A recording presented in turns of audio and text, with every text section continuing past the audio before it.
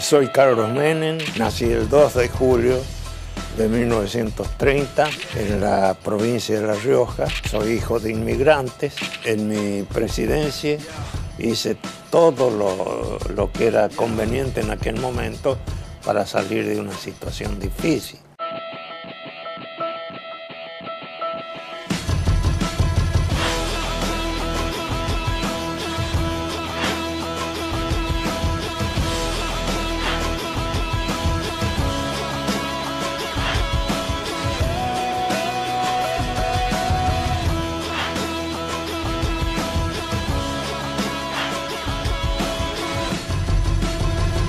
Pensar para gobernar.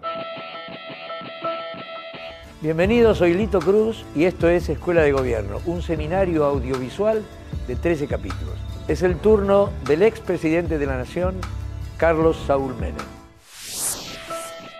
No siempre, cuando uno llega al gobierno, puede cumplir exactamente con todo lo que prometió durante la campaña electoral. El poder no cualquiera lo puede ejercer. Y la política en general siempre responde a la cabeza de quien conduce el país.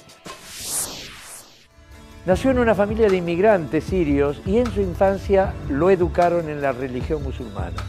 Su actividad pública comenzó en Córdoba, estuvo preso por razones políticas y fue varias veces electo como gobernador de La Rioja.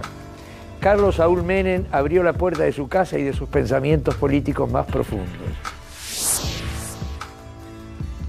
¿El hombre político nace o se hace en el devenir de la actividad política?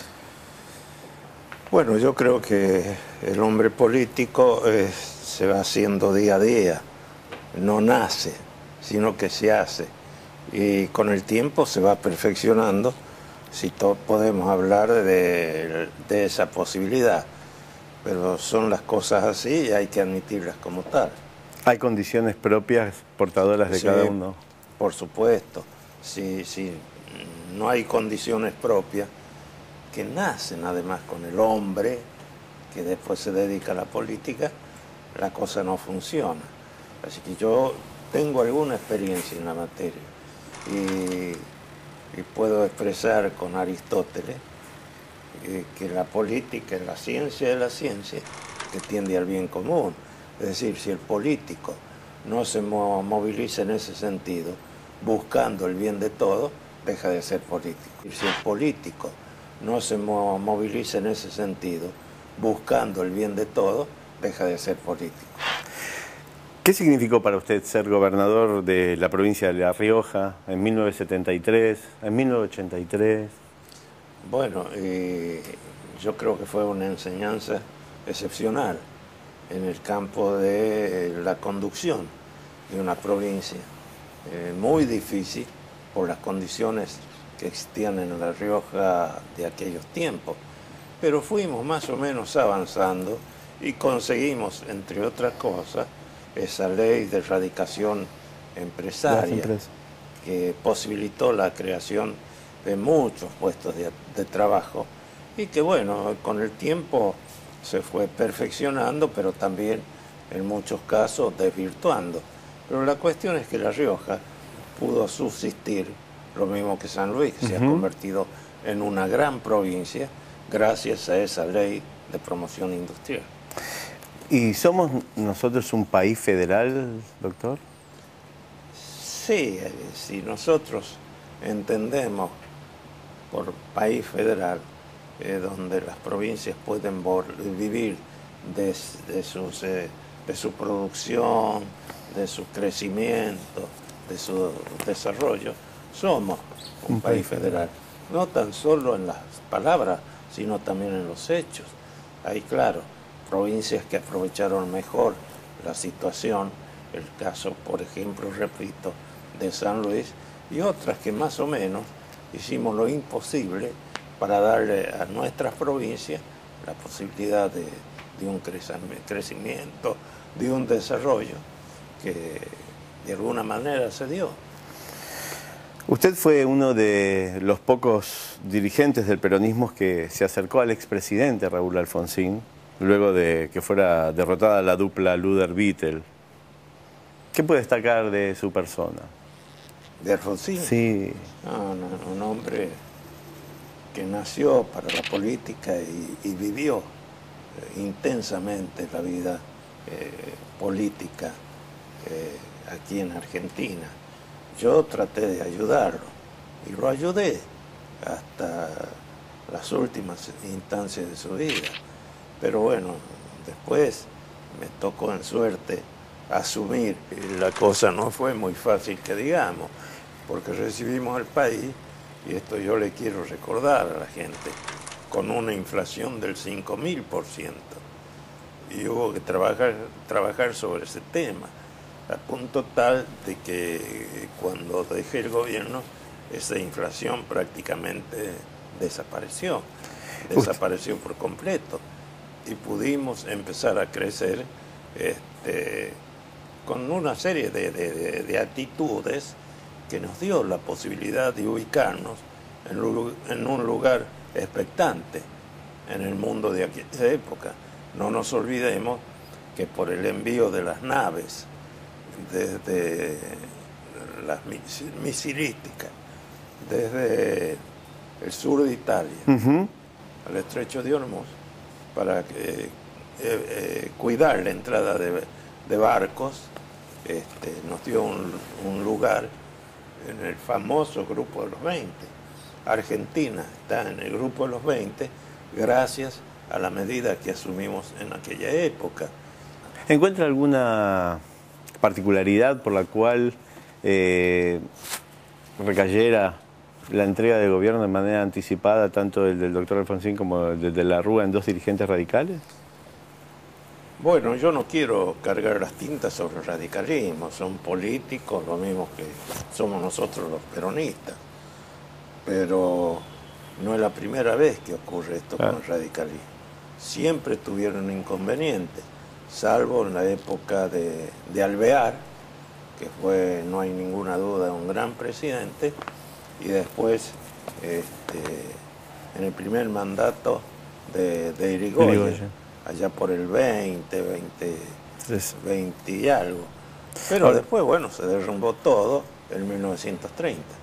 Ahora, volviendo nuevamente, usted decide participar de una interna partidaria como precandidato a presidente, a pesar de que en ese momento Antonio Cafiero aparecía como favorito. Era el favorito total. ¿Y qué lo llevó a usted a tomar esa decisión de participar? Eran muy pocos los boletos que jugaban. Y porque yo había recorrido hasta ese momento todo el país, no una vez, varias veces. Así que la gente me pedía que vaya tranquilo, que ellos iban a pronunciarse por ahí a favor de Cafiero, pero que iban a votar por nosotros. Y así fue. Ahora, Cafiero ni soñaba con lo que ocurrió después en las elecciones correspondientes. Ahora, ¿existe ese momento en que el dirigente político percibe que está frente a su oportunidad de dejar un sello en la historia? Sí. Yo lo percibí a través de los recorridos que hice por todo el país. Lo mío no fue nada más que producto de ser gobernador como Cafiero de la provincia de Buenos Aires. Yo no voy a discutir la capacidad que tenía el doctor y que tiene el doctor Cafiero, pero él se confió demasiado. Gobernador de la provincia de Buenos Aires, peleando una candidatura con el gobernador de La Rioja. Bueno, yo recuerdo que en un acto, en aquel entonces, donde reunieron como 1 millón de personas en la avenida 9 de Julio, le preguntaron a Cafiero sobre el tema de Menem. Dice, no, bien porteño, ese le ganó de taquito. Y bueno, los resultados fueron totalmente distintos. Ahora, su imagen en esos años, la imagen que emulaba un poco a Facundo Quiroga. ¿Qué pensaba que representaba esa imagen en el imaginario popular? La patilla, el poncho. Y bueno, yo fui un admirador a muerte de Facundo Quiroga. No pretendía imitarlo, pero por lo menos hacía lo imposible para que se me identificara con ese gran nombre de la política de aquellas épocas, aquí en la República Argentina. Se presupone que, digamos, el debate fortalece los mecanismos internos de la democracia. Usted no fue a debatir con Angelós cuando se presentó como candidato a presidente. ¿Por qué, doctor? Y no, porque no tenía sentido. Yo sabía que ganaba, y que ganaba, pero por escándalo. Yo sabía que ganaba, y que ganaba, pero por escándalo. Entonces, ir a debatir con quien, o a quien consideraba perdedor, no tenía sentido. Angelós, un gran amigo, además, ¿Ah, sí? un gran amigo, no tenía argumentos después de los fracasos durante años del radicalismo. En cambio nosotros, a partir de Perón y de Eva Perón, nos constituimos en un movimiento vital, joven, que siempre tiró para adelante y que nos dio resultados excelentes. Así que conducimos bien el país y conseguimos con esa conducción crecer y colocarnos en un lugar, no digo de privilegio, pero significativo en el contexto de las naciones del mundo. La presencia de la imagen de Perón y de Eva Perón, así como también la importancia o la significatividad del Partido Justicialista, siempre contó para usted, ¿no? Dentro de Sí, su... toda la vida. Yo no conozco otro partido político. Yo nací como político en el peronismo y sigo en ese movimiento. Y pienso que cuando me pongan el sobre todo de madera, voy a seguir siendo peronista. La promesa es una invocación intrínseca a la actividad política. O sea, ¿usted considera válido que se modifiquen las propuestas de campaña ante la realidad que sobreviene cuando uno ya está en el gobierno? Bueno, en caso de una necesidad o de una serie de requerimientos especiales de la gente, del pueblo, y hay que modificarla. No siempre, cuando uno llega al gobierno, puede cumplir exactamente con todo lo que prometió durante la campaña electoral. No siempre, cuando uno llega al gobierno, puede cumplir exactamente con todo lo que prometió durante la campaña electoral. Siempre hay modificaciones, siempre hay problemas, y bueno, yo los tuve, y vaya que sí los tuve. A mí el caso de la muerte de mi hijo, de Carlito, me provocó un shock tremendo, y hubo que sobreponerse a eso y seguir gobernando, no tan solo en homenaje a mi pueblo, sino fundamentalmente en homenaje a mi hijo.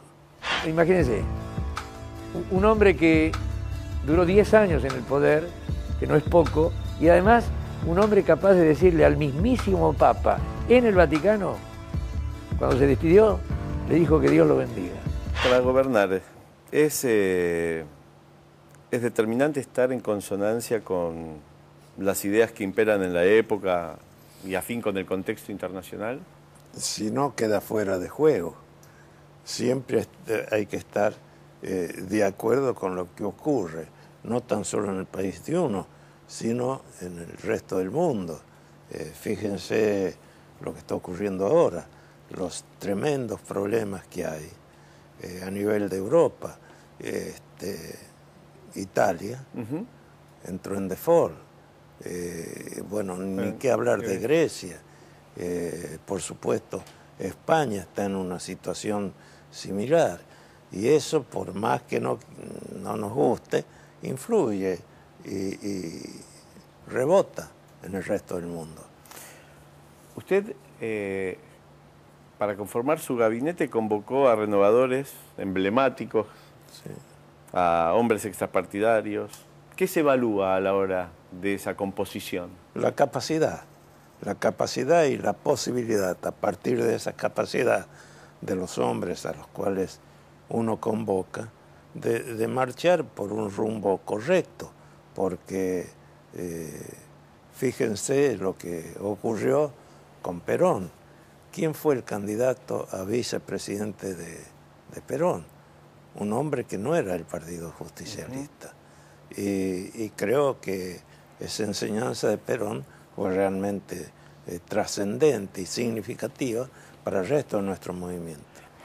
El ministro, es bueno, por ejemplo, que un ministro supongamos de Economía, tenga un perfil público distinguible, como lo pudo haber sido Domingo Cavallo, o que la opinión pública perciba que la política económica siempre responde a un presidente. No, la política económica y la política en general siempre responde a la cabeza de quien conduce el país. La política en general siempre responde a la cabeza de quien conduce el país, porque si no estaríamos en situaciones totalmente difíciles de sobrellevar. Aquí Cavallo, no hay ninguna duda, fue, desde mi punto de vista, un gran ministro, pero Cavallo, más allá de esto, era difícil que dé un paso sin la autorización del presidente. Ya gobernando, ¿cómo interviene la agenda mediática en la gestión? No, el que gobierna debe tener en cuenta todo aquello que significa un bienestar para la gente. La agenda mediática es producto fundamentalmente de las exigencias del pueblo que uno gobierna. Entonces, a partir de ahí se van tomando las decisiones. Yo tuve excelentes ministros en todos los campos, en el campo, bueno, de la economía, en el campo de la política internacional, en el ámbito de la educación, excelentes personajes que le dieron la posibilidad a Argentina de convertirse en un país realmente significativo y trascendente.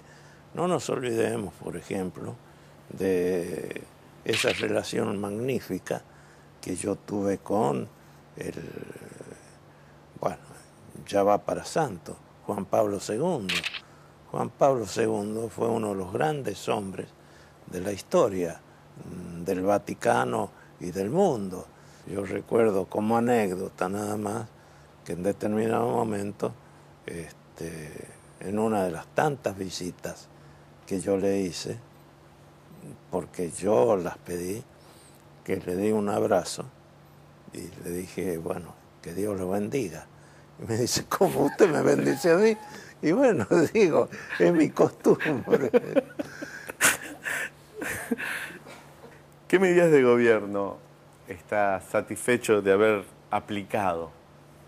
Yo diría que todas, una con mayor incidencia y otras que pasaron casi desapercibidas, pero que evidentemente tuvieron algún tipo de participación en todo lo que significó Argentina, nuestro país, este país, en aquella época. ¿Está arrepentida de alguna medida? No, porque todas fueron medidas producto de lo que ocurría en ese momento. Ojo, no tan solo de Argentina, sino en el mundo. En un mundo globalizado como el que teníamos, había que tomar o asumir medidas que no sean contrapuestas a lo que ocurría en el resto del mundo. Fíjense lo que está ocurriendo ahora. ¿Qué puede hacer Argentina ante el default de Italia? ¿Qué puede hacer Argentina ante el default de Grecia? O la situación dramática que vive España. Y bueno, tratar de evitar que eso se proyecte aquí a nuestro territorio. Pero también hay que procurar de tomar las medidas para evitar el contagio o el rebote de lo que ocurre en Europa, una Europa muy alicaída en este momento, aquí en Argentina. ¿Por qué estaba convencido que los indultos propiciados en 1989 y 1990 llevarían a la reconciliación nacional? Yo estaba convencido de eso. Yo sabía que era fundamental llevar a cabo esos indultos para cerrar viejas heridas, pacificar al pueblo, evitar que bueno, se dé un triunfalismo que no era conveniente en aquella época.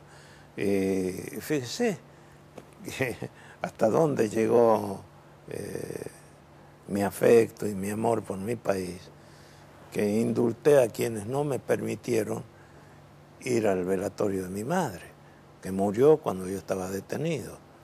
Y eso que el gobernador o el interventor de La Rioja quería poner el avión de la provincia para trasladarme a mi lugar, a la tierra de mi nacimiento. Y bueno, no hubo caso, y pese a todo, el indulto yo lo creía necesario para cerrar viejas heridas. El indulto yo lo creía necesario para cerrar viejas heridas. Bueno, después se anularon los indultos y así estamos ahora. ¿No le preocupaba la idea de, y con esto termino este tema, de que sean indultados quienes habían cometido esos crímenes de lesa humanidad? No, porque yo buscaba con esas medidas la pacificación de Argentina. Ese era uno de mis objetivos fundamentales cuando empecé a gobernar mi país, este país. Terminar con aquellas viejas historias de federales y unitarios que nos llevó a derramar mucha sangre en nuestro país. ¿El kirchnerismo qué sería? ¿Una expresión más de las que dio el peronismo, así como pudo haber dado el menemismo? ¿O es un punto de inflexión en relación al peronismo? No, yo creo que el kirchnerismo procuró llevar a cabo una tarea similar a la que llevamos a cabo quienes nacimos y crecimos en el mundo del justicialismo. Pero bueno, algo consiguió y otras cosas no se dieron, porque lamentablemente Kirchner falleció y bueno, ya una vez que murió, la presidenta o presidente se encargó de conducir el país como lo está haciendo, y creo que con un éxito interesante, significativo. Si no, no hubiera triunfado de la forma que lo hizo en las últimas elecciones. Fue aplastante el triunfo, aplastante. A su criterio, ¿debería existir una escuela de formación de dirigentes políticos, pero ya con carácter institucional? Yo creo que es conveniente, aunque el dirigente político se forma a través de su experiencia en la vida. Si se va a dedicar a la política como ciencia que tiende al bien común, no hace falta una escuela política. Se va haciendo solo, como nos hicimos todos los políticos de aquella época, sin excepción. 140 caracteres se llama para finalizar. Sería, ¿qué le sugiere La Rioja? Y La Rioja es mi tierra, es el lugar de mi nacimiento. ¿Qué le sugiere la palabra democracia? Y democracia es fundamentalmente la voz del pueblo, es el gobierno del pueblo, por el pueblo y para el pueblo. Eso es la democracia, así en pocas palabras. ¿Poder? Bueno, el poder no cualquiera lo puede ejercer. El poder no cualquiera lo puede ejercer. Cuando el poder se les va de la mano, o cuando el poder los enorgullece a quienes los ejercen, por ahí se convierten en verdaderos tiranos. Entonces, el poder hay que ejercerlo equilibradamente, si no, no tiene sentido. ¿Pueblo? El pueblo es todo. Yo digo que el pueblo es absolutamente todo en cualquier parte del mundo. Doctor Carlos Saúl Menem, muchas gracias por esta entrevista para nuestro ciclo de la Escuela de Gobierno. No, cualquier cosa a sus órdenes. Durante media hora, Carlos Saúl Menem brindó su experiencia acerca de cómo se ejerce el poder real de un presidente y cuáles son las dificultades que se deben sortear. Solo el jefe de gabinete es importante en tanto en cuanto será el alter ego del presidente. Yo no me sentía el alter ego de Cristina. El Estado es un paraguas protector de todos nosotros, que nunca debe convertirse en un chaleco de fuerza. Las decisiones son decisiones y la toman unos pocos.